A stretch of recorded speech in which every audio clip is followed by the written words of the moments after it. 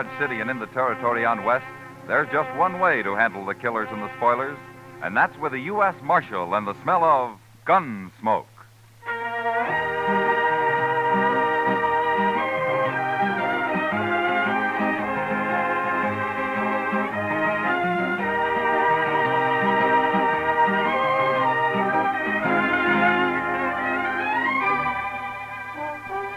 Gunsmoke, starring William Conrad. The story of the violence that moved west with young America. The story of a man who moved with it. Matt Dillon, United States Marshal.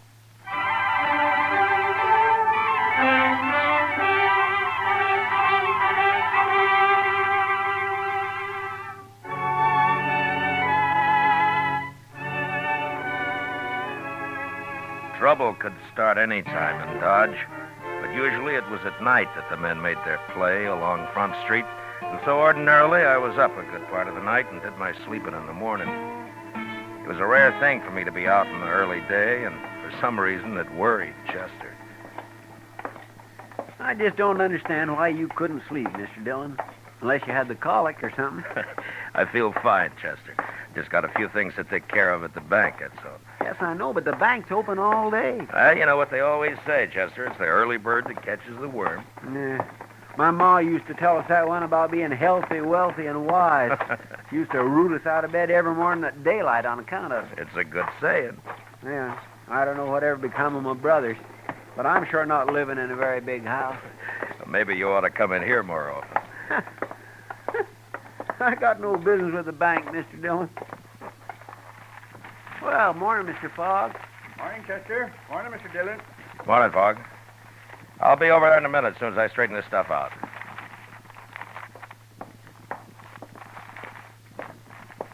Good morning, Marshal. Good morning, Mr. Pat. You taking money out, Marshal, or putting it in? Neither, Mr. Pat. This is government business. Oh, I see. Who are those men, Marshal? What? I say, who are those men? I never saw him before. That one in the middle holding the envelope, he seems pretty excited about something. Certainly, sir. What can I do for you? I want a loan of money immediately. Well, we'll do what we can, sir. First of all, how much do you want? $20,000. 20. Mr. Pat. Yes? Excuse me, Marshal. Gentlemen, this is our president. You'll have to talk with him. I heard you say $20,000, gentlemen. That's a lot of money. What do you have for collateral? My collateral, sir, is right here in this envelope. You may look at it, but don't reveal it to these other gentlemen. These are playing cards. Don't name them. I'm afraid I don't understand. Well, I've been in a poker game at the Texas Trail all night long. Right now, there's about $40,000 in that pot. There are some good hands out. I've put every cent I have into it already. Now, they've given me just 20 minutes to come up with more money. Well, I certainly wish you luck, sir, but I never heard of You've seen my hand in that envelope. You can lend me the money on that. But surely, sir, you don't expect the bank to enter a gambling game. Now, these gentlemen are also in the game. They came along to see that those cards aren't changed. The other men are watching the table at the Texas Trail. It's all fair and square, I assure you. Well, gentlemen, I'll gladly pay you 10% interest, sir. You've only got 5 minutes left, Hook. Come along, gentlemen. We'll step in the back office. Well, now that's about the craziest thing I ever did here. He must have a pretty good hand, Chester. I know, sir, but you don't think Mr. Pap's going to let him have $20,000 on it? It certainly looks that way. Yeah, there we are. I'll take care of this and we'll get out of here. This is government stuff, Fogg. You know what to do with it. Certainly, Mr. Dillon. Now, let me see.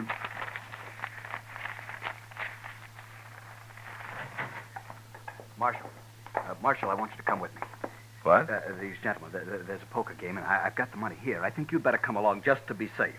You mean you gave him his $20,000, Mr. Pat? Yes, of course. Now, come over here, Marshal, I'll tell you. All right.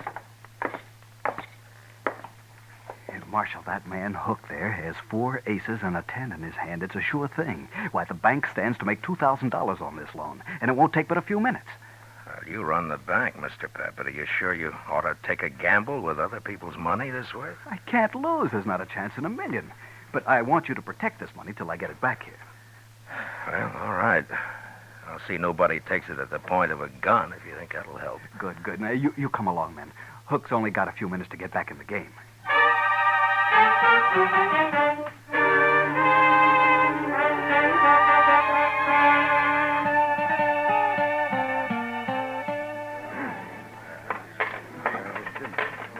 All right, there's my money, Mr. Shaneways.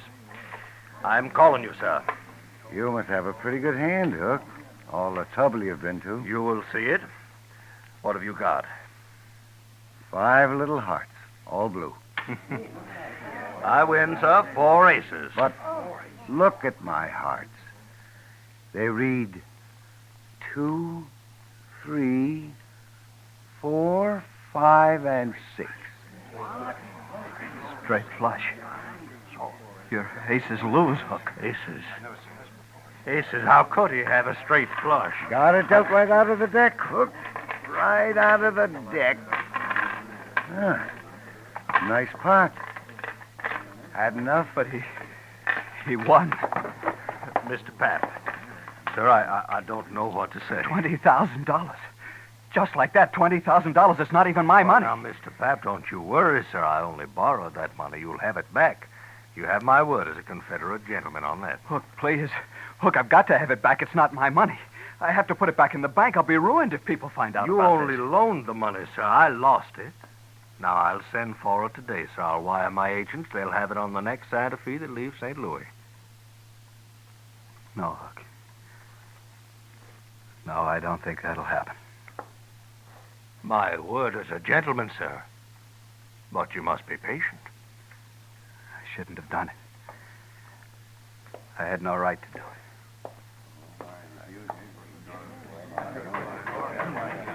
Chester, Yes, sir. go tell Doc I want to see him. Yes, Mr. Dillon. All right. Everybody. Now listen to me. All of you. Now, I don't want a word said about this to anyone. The bank's important to Dodge, and this could ruin it. Do you understand? We have no reason to spread. All right, then see to it. Or there'll be trouble for all of you. Well, certainly, Marshal. No reason to spread. We all understand.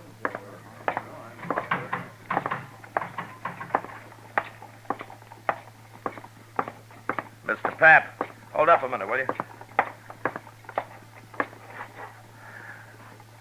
Mr. Pap? Marshal, I should have listened to you. I'm ruined now. Now, look, Mr. Pap, maybe Hook's got money, I don't know, but if not, we'll figure something out. People will give you time. No. No, they won't. As soon as they hear about this, there won't be any bank. They won't trust it anymore. But they have to. It's the only bank there is. What'll Joanne think? My kids. I can't face it, Marshal. I just can't face it. Now, look, you just go back to the bank and tell the cashier to keep his mouth shut about this. You just got to give it time. Sure, Marshal. I'll go. I'll go.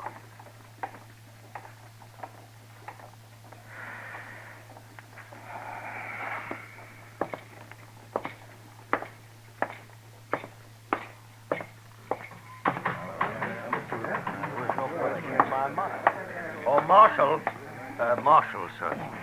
I am sorry for that man, but he has no reason to worry. I'll send for the money at once. Yeah, you do that, Mr. Hook. Send for the money. Gentlemen, what are your names? My name's Shaneways, Marshal. Now, I'm sorry for that banker, but it's nothing to do with me. I won this money fair, and I'm keeping it. Sure, Mr. Shaneways, of course you are. Who are you, mister? Warden. And I agree with Shaneways. Gambling money's fair money. Nobody is arguing that, Mr. Varden. But remember, gentlemen, what I said. Don't talk about this. Oh, well, hey, Matt. Chester said you wanted me. What's happened? Didn't hear any shooting. Everything's all right, Doc.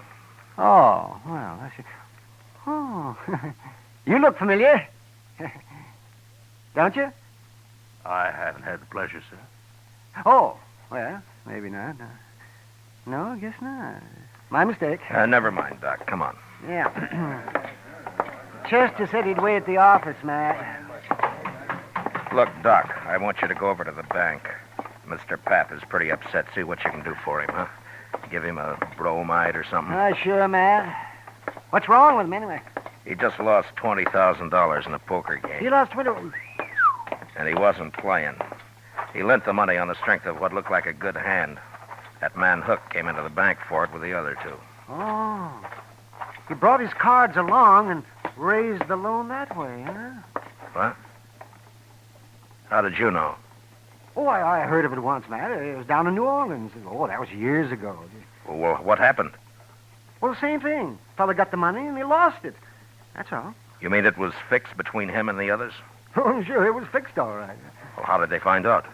Well, the fella that borrowed the money got drunk and he talked and they put him in jail, but the others got away clean. Look, Doc, that gray-haired man you thought you recognized, his name's Hook. Are you sure you never saw him before? Oh, a lot of people look familiar at first glance, man. You know how it is. Look, in New Orleans, you didn't know the men who pulled the trick on the bank, did you? Well, people said that they'd come down on the riverboat.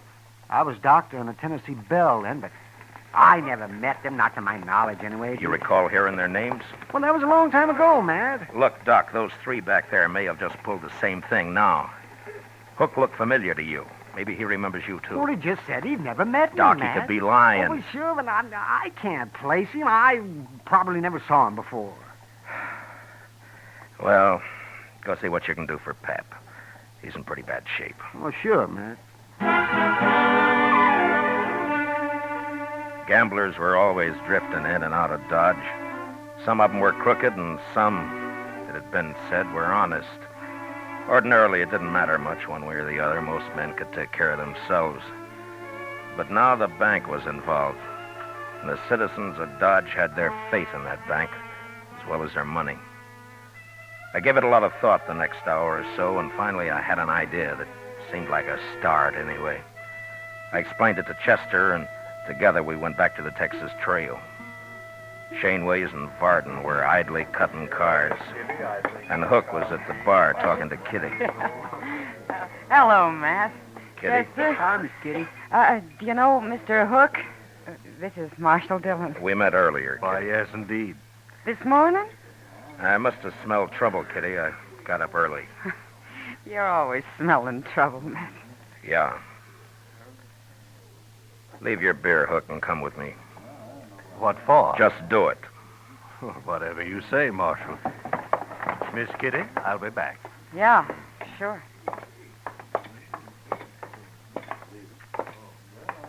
All right, Varden, Shaneways, get up and follow Chester. What? Is this an arrest? Now, what would I be arresting you for, Mr. Shaneways? What? Nothing. You've no reason. That's right. All right, come on, let's go.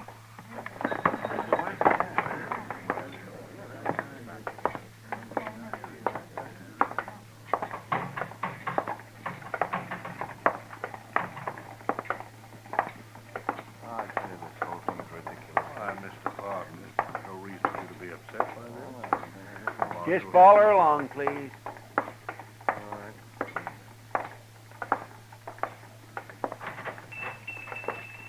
What is the idea of bringing us in here, Marshal? Well, good morning, gentlemen. What can I... Oh, hello, Marshal. Chester. Hello, Lum. Lum, these men want their pictures taken. Oh, no, not me. I don't. I've got plenty of pictures. Can you do it right away, Lum? No, certainly can, Marshal. And, gentlemen, you'll be the very first to stand to form a new drop. The ancient temples of Greece. It'll lend you dignity, power. What's the idea of this, Marshal? Lum's just going to take your pictures, that's all. Oh, Lum, front and side views both, huh? Oh, certainly, Marshal, certainly. And then, gentlemen, if you leave Dodge, any of you, it'll make it a lot easier for the law to find you and bring you back. Wherever you go. This is outrageous. I won't stand Now, for just it. Wait, Varden, wait a minute. I agree the Marshal is being a little high-handed, but after all, he must protect himself in his job. But since we've done nothing wrong, we have nothing to fear. Sure. Hook's right, Wolf Varden. I'll go first. Are you ready, Lum? No, right this way, sir. Chester, you stay here and wait for the pictures. Bring them over when they're finished. Yes, sir, Mr. Dillon.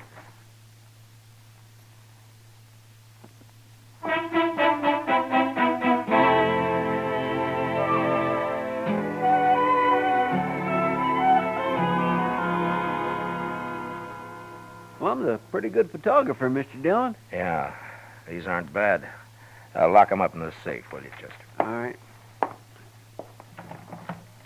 You think this'll keep them in Dodge, sir? No, not if they really get scared. They're guilty, all right, aren't they, Mr. Dillon?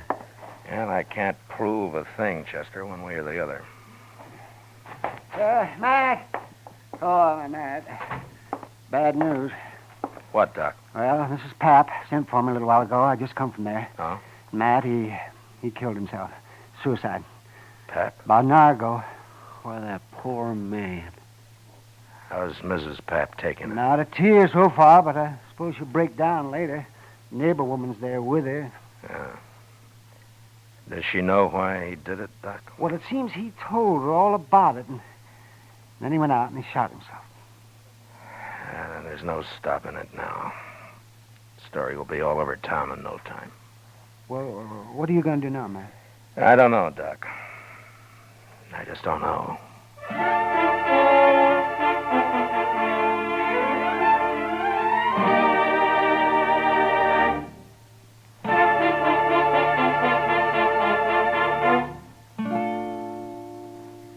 We will return with the second act of Gunsmoke in just a moment. But first, today's opportunity knocks twice for qualified women. For the younger woman, the career of nursing offers opportunity unlimited. Ask how you can enroll as a student nurse at any hospital at the nurse's registry desk. And for the older woman, there are many thousands of openings in practical nursing. Graduate nurses or practical nurses will find expanding career opportunities for years to come. Act immediately. Serve humanity and provide for your own secure future. Now the second act of Gunsmoke.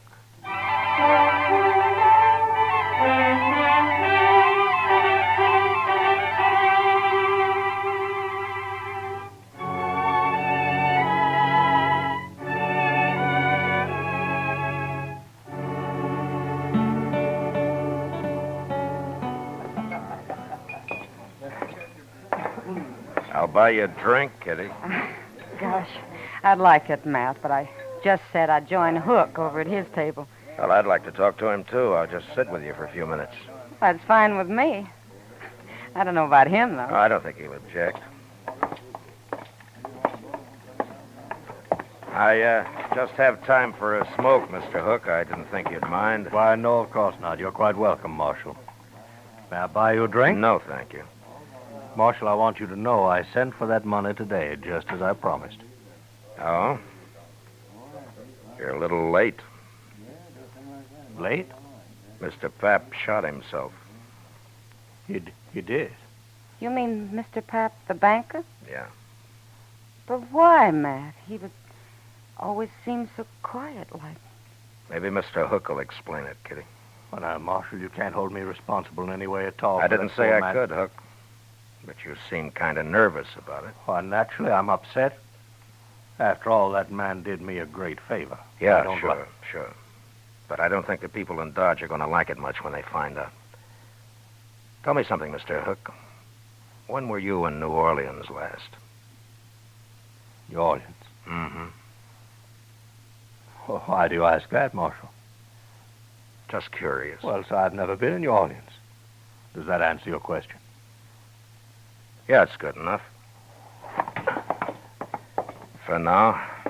Goodbye, Kitty. I'll drop by later. Sure, Matt. And, Mr. Hook, it still goes about not leaving town. I like it here, Marshal. Yeah. Yeah, you should.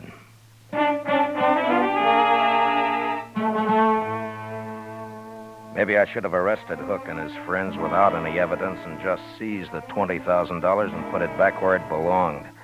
That might have saved people's faith in the bank, but I figured my job was to give them faith in the law, and I couldn't do it that way. I'd made it plain to Hook what I suspected, and I hoped it'd scare him into making a mistake. And it did. But I didn't learn about it until next morning when I was having breakfast at the Dodge House. Mr. Dillon? What? I've been looking everywhere for you, at your room, Delmonico's, the Texas Trail, everywhere. This is the last place I hit. Well, what is it, Chester? Here, look at here, just you read that. Marshal, we're taking Doc along. If you follow us, we'll kill him. Where'd you get this, Chester? It was under the door when I opened up this morning. I ran up to Doc's right away, and sure enough, Mr. Dillon, he's gone. Come on. Go check the depot and the stage line, Chester. I'll cover the livery stables. All right, sir. It'll take me longer, so you get our horses ready. I'll meet you at the office, huh? Yes, sir.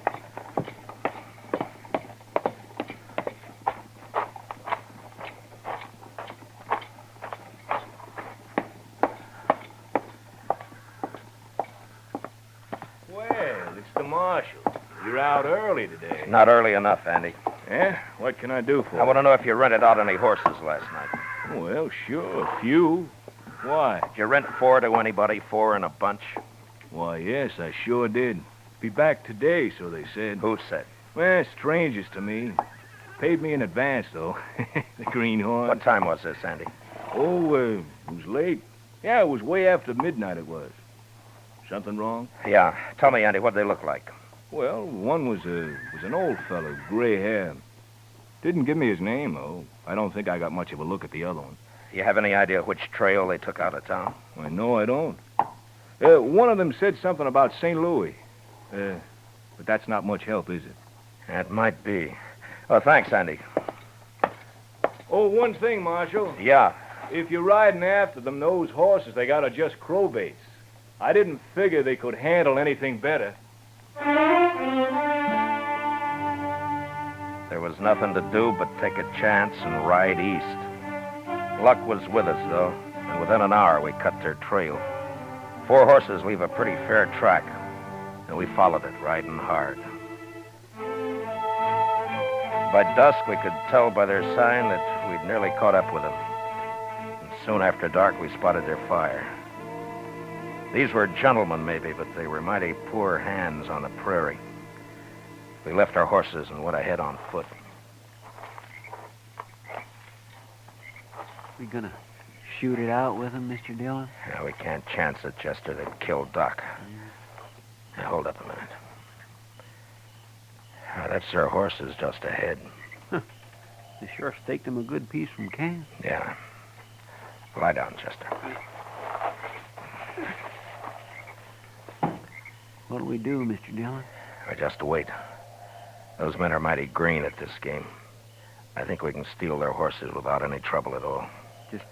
Leave them afoot, huh? Yeah. Now, look, Chester, when we get those horses, I want you to pick up ours and take the whole bunch out of sight.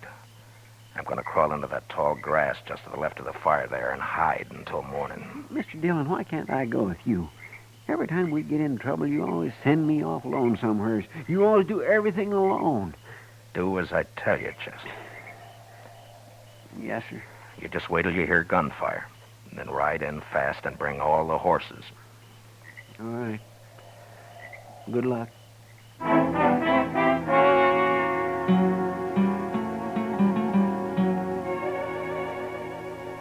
By dawn next morning, I was half burrowed into the ground and covered by blue stem grass, not more than 30 feet from their camp.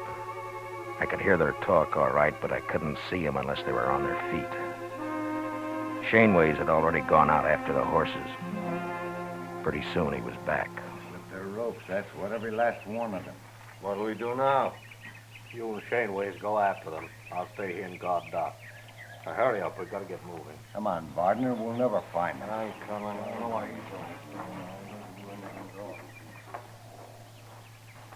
you can have this country, Doc. I don't know why you ever left that soft berth you had on the Tennessee Belle. Well, I didn't have to leave it.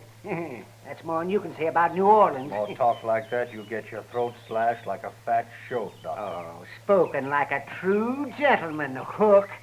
Or whatever your name is. Now, if you hadn't talked so much in the first place, you wouldn't be where you are now. Oh, you're a fool, Hook. I might have seen you somewhere, but I sure couldn't connect you with that New Orleans business.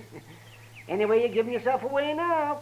Just how? Don't you know there wasn't a thing the law could do until you ran? Oh, you'll be caught now for sure, yeah. Oh, I doubt it. Why don't you untie my hands? I can't eat this way. You'll manage. I let Hook and Doc wrangle on till I figured the other 2 men had walked about a half a mile from camp. Then I waited till Hook had his back to me, and I stood up slowly and moved quietly forward. Doc saw me and almost spoiled the game, but he caught himself in time and then started another argument with Hook. I was about 15 feet away when Doc suddenly kicked the coffee pot off the bar and all over Hook's legs. And then I moved. Oh! Hit him again, Matt. He can stand it. No, that's enough. All right, get up, Hook. Oh, Marshal, easy now. Don't shoot. Get Doc untied and be quick about it. Yes, get me untied. Think about it. Yes. Oh, that feels better. Oh, Hook, if I weren't a professional man, I'd punch you right in the eye. Never mind, Doc. Here, put his gun in your belt. All right, I'm just mad enough. I'd like to have an excuse to use this. Matt, what are you doing? You'll see. Matt! Why, you'll have them back here in no time. I got a surprise for Hook, but he's not going to like it much. Huh? Oh, Where they got the money, Doc? He in that saddlebag, right over there. The yellow. All right, get it, will you, quick? Hurry up. Them two didn't get very far away. All right, Doc, if you got the money, get up on the horse. You too, Hook. Come on, quick now. Come on. Yonder they come. You see him, Mr. Dillon? Yeah, I see him. They're shooting at us. Well, I'll fix that. All right, hold it, Chester. They can't hit us from there. Come on, let's ride. You just gonna ride off and leave them, Matt? Oh, we got you, Doc, and we got Hook, and we got the money. Oh, but they'll die out here, Marshal. There's none of us know how to live out in this prairie. Well, maybe they'll learn. It's a good way. You're murdering those men. Oh, they'll be all right for a few days, Hook. You'll all meet in prison. All right, ease up. Oh, We've left. well, what do you plan to do about this? They're full of fight right now, that's all. I don't want to have to kill them to take them. But in a few days, they'll be so hungry and scared we can walk right up to them. Nobody will get hurt that way, neither them or us. Mr. Dillon? Yeah, what is it, Chester? Mr. Dillon, later, in a couple of days, let me come back and bring them in. What? Just me this time, alone. Well, now, Chester, Please, Mr. Dillon. Okay, Chester. You can do it. Alone. Thank you, sir. All right, Hook. Ride a little faster there. We ain't got all day.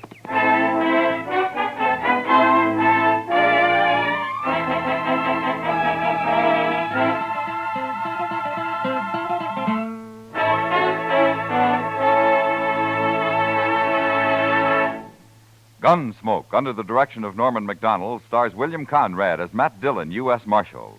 Tonight's story was especially written for Gunsmoke by John Meston, with music composed and conducted by Rex Corey. Featured in the cast were Lawrence Dobkin, Harry Bartell, Ralph Moody, James Nusser, Joe Cranston, Paul Dubov, and Peter Leeds.